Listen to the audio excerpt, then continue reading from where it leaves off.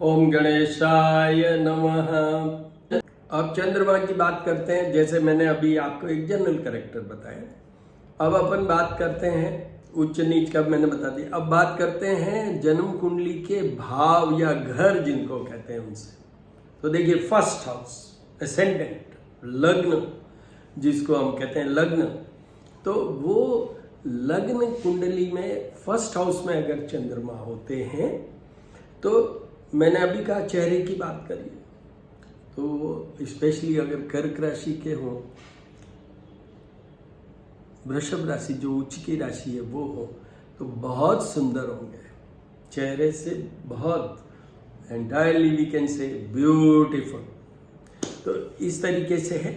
और उसके अगर उधर जाएं, नीच के हैं या और कोई ग्रह साथ में पापी ग्रह बैठे हुए हैं, तो फिर वो उनका appearance wise, body language wise, in self assessment wise वो न तो प्रभावी होंगे और न वो सुंदर होंगे। फिर उसके बाद में सेकंड जो हाउस है, उस घर में अगर चंद्रमा है तो वो घर का है,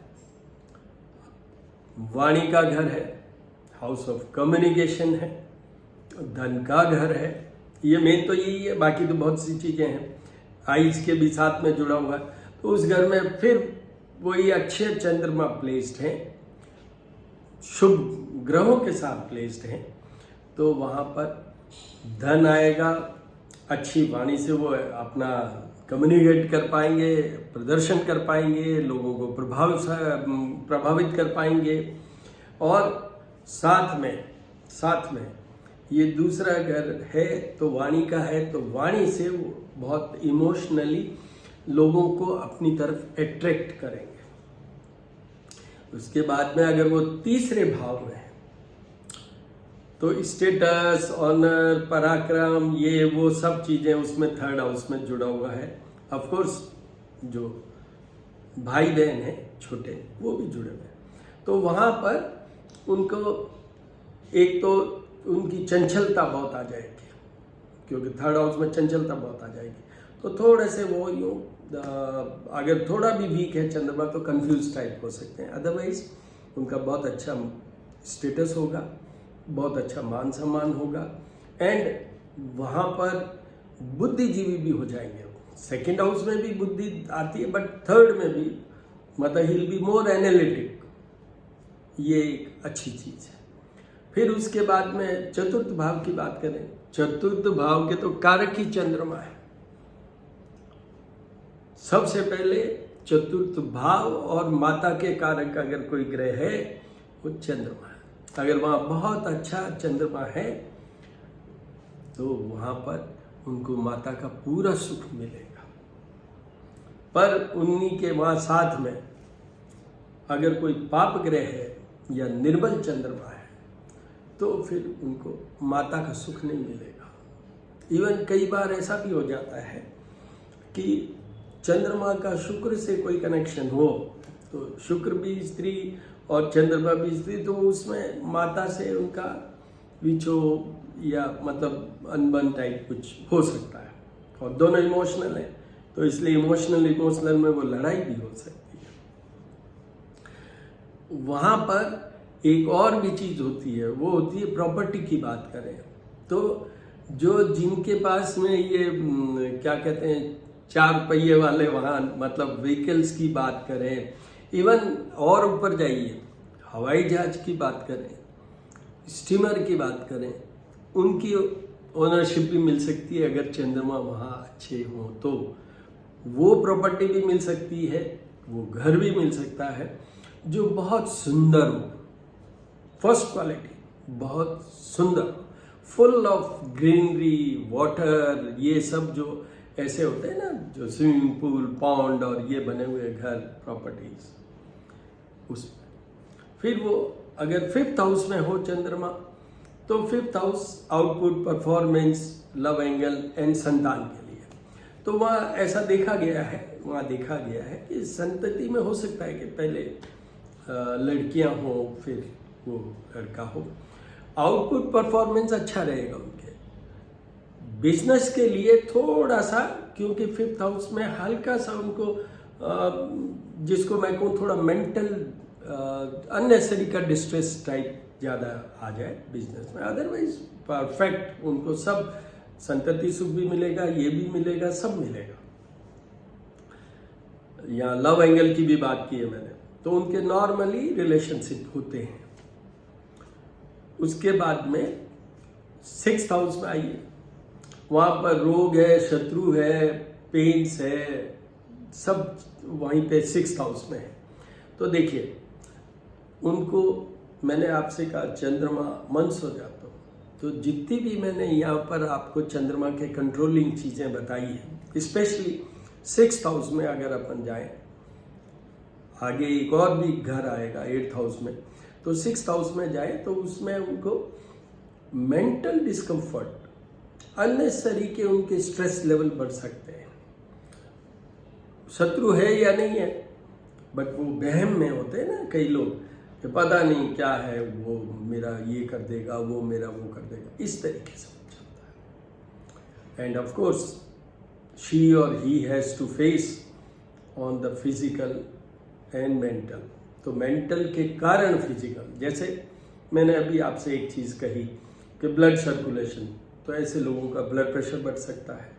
ऐसे लोगों के एक वर्ड यूज होता है चंद्रमा के लिए 6th हाउस में भी और 8th हाउस में भी, कि कंजम्पशन, मतलब जो आप डरिएगा मत, 100% ये नहीं है एक खाली चंद्रमा पे ही सारा खेल हो जाए, ऐसा नहीं है।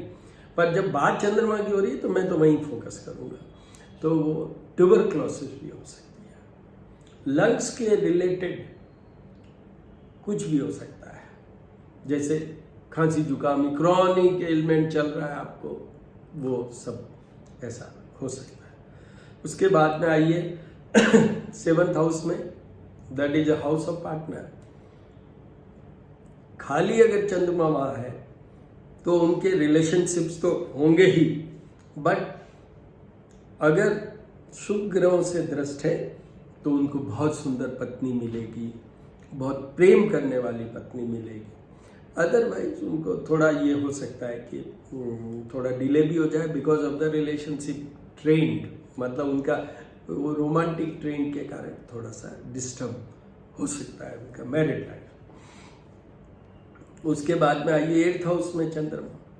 8th हाउस में चंद्रमा है तो पहले तो वही है कि ही और she should look for their health, mental health के कारण इसमें यहाँ पर जो अगर जैसे कहीं मंगल वगैरह जुड़ गए, जो क्रूर ग्रह जुड़ गए, तो जो माइंड की एक्सट्रीम होता है ना, सुसाइडल टेंडेंसीज, वो सब ये 8th हाउस में चंद्रमा के साथ में वो होने से, और उसमें भी फिर आगे क्या कि चंद्रमा निर्बल होने से, मतलब ऐसा हो कि नीच का चंद्रमा हो गया या उसके साथ में ये मंगल हो गया तो और भी कोई आ गया ग्रह, पाप ग्रह, तो ऐसा हो जाता है। बट अगर यही चंद्रमा आपको, मैंने एलिमेंट की बात की, बट एक चीज देगा चंद्रमा, जैसे मैंने अभी कहा चंद्रमा मंगल साथ होंगे तो वहां तो वो एकदम ऑल ऑफ ए सडन, चंद्रमा केतु साथ हो तो all of a sudden they may commit sudden, ऐसे एक्ट कर सकते हैं जो कि बहुत खराब घातक हो सकते हैं। बट यही चंद्रमा शुभ ग्रहों के साथ हो तो वो सामने धन का घर है, तो this moon will give you very good financial status even if it is placed in the 8th house. उसके बाद में 9th हाउस में आइए, भाग्य भवन है। भाग्य भवन में चंद्रमा अच्छे भी माने जाते हैं, थोड़ा सा पिता माता का जो रिलेशनशिप है उसमें थोड़ा सा ऊपर नीचे हो सकता है, अदरवाइज परफेक्ट। आप धार्मिक हो सकते हैं, आप बुद्धि की क्षमता आपकी इतनी अच्छी हो सकती है बातचीत करने की, जैसे ये संत महात्मा होते हैं ना जो या कथावाचक मैं कहूँ, इस तरीके का भी आप कर सकते हैं। 10th हाउस में आइए चंद्रमा, तो चंद्रमा से जुड़ी हुई आप बिजनेस, जॉब, कैरियर वाइज ये सब आप कर सकते हैं। उसमें मेन चीज क्या आएगी? उसमें आएगी जो सॉफ्टनेस के साथ काम है। एक होता है ना हार्ड क्रूड, जैसे चंद्रमा शनि हो गए तो वो स्टील का और लो लकड़ का काम करेंगे, बट यहाँ पर सॉफ्ट, आप कंप्यूटर्स का भी काम कर सकते हैं। आप क्योंकि बुद्धि और उसकी क्षमता आपकी बहुत अच्छी है, तो आप यहाँ पर लेखन का, पाठन का, कवित्व का बहुत सारे काम है वो भी कर सकते हैं। पेंटिंग का भी काम कर सकते हैं आप। साथ में और आने होंगे कुछ प्लैनेट्स इधर उधर अच्छे होने होंगे जब होगा ये, बट बेसिकली ये जिसमें कि श्रृंगार के सहित या सॉफ्टनेस के सहित वो कोई भी काम ये कर सकते हैं। और जलीय तत्व से जुड़ा हुआ काम तो ये बिल्कुल कर सकते हैं। जैसे जब मैं डॉक्टर हूँ ना, तो मैं आपको बताऊं कि जब ये बिस्लरी आई थी, Bisleri was the first brand which has come as a वो बॉटल्ड वाटर, तो मैंने किसी की जन्म कुंडली में ये योग देखा था कि यार ये बिस्लरी कैसे, तो ये बिस्लरी का जैसे जलीय तत्व से, तो जिन सब के बॉटल्ड वाटर की प्रोडक्ट्स हैं कंपनी के वाले, उनके डेफिनेटली चंद्रमा वहाँ कहीं कहीं जुड़ा हुआ होगा। उसके बाद में आइए 11th हाउस ऑफ प्रॉफिट, तो दैट मैन और women will become rich and rich without fail. चंद्रमा अगर स्ट्रांग है वहाँ पर, तो उनके साथ में एक बात मान के चलिए कि वो व्यक्ति बहुत अच्छी तरीके से अपना बिजनेस करेगा, प्रॉफिट अर्निंग उसकी बहुत हाई होगी, कोई भी बिजनेस में चले जाए, क्योंकि वहाँ उनकी बुद्धि क्षमता बहुत अच्छी है। 12th हाउस, वहाँ है लॉसेज, अननेसेसरी एक्सपेंसेस, और साथ में है फैमिली लाइफ या बेडरूम प्लेजर, शयन कक्ष का सुख, तो वो तो सब अच्छा है। Love angle will be very good, बहुत अच्छा रहेगा। पर अब चंद्रमा का यहाँ मैं एक वो और चीज उल्लेख कर दूं, क्योंकि वो सारे ही घरों में से निकलना के आगे 7th हाउस में भी आ गया, अब 12th हाउस में चंद्रमा की क्या है कि बहुत रोमांटिक और उस तरीके के उनके भावना प्रधान है। तो उन्होंने क्या हुआ कि पहले जो दक्ष प्रजापति की लड़की थी रोहिणी, ब्यूटीफुल, मतलब जिसका जैसे माँ पार्वती के लिए हम कहते हैं कि उनसे सुंदर कोई स्त्री नहीं हुई, देवी नहीं हुई, वैसे ही रोहिणी बहुत बहुत सुंदर है। जिस रोहिणी नक्षत्र पे चंद्रमा उच्च के भी होते हैं, मैंने कहा था ना कि आगे बताऊंगा वो, तो रोहिणी से उनको प्रेम हुआ, उन्होंने शादी की। तो दक्ष प्रजापति ने कहा कि मैं शादी करूंगा अगर आप ये मेरी जो दूसरी 26 और लड़कियां उनसे शादी करेंगे तो मैं करूंगा। तो वो किया, बट उनका एक प्रॉमिस था कि आप वो ध्यान से रखिएगा, मतलब you should have relation with all the 27 at equal levels. पर ऐसा नहीं कर पाए चंद्रमा, उनको फिर श्राप हुआ। फिर ये जो है ना, ये चंद्रमा के कलाओं का ये पूर्णिमा और अमावस्या उसी के कारण बनी, उनको तो श्राप मिल गया मृत्यु का। फिर बीच में नारद जी कहने से, भगवान शिव की करने से, फिर भगवान शिव ने अपने मुकुट पे लिया। तो वो यूं करके एक पूरी हमारे शास्त्र में लिखी हुई कथा है या शास्त्रोक्त बात है, जिसके कारण ये चंद्रमा, तो वहां पर क्या हुआ, मल्टीपल वाइफ्स ही है।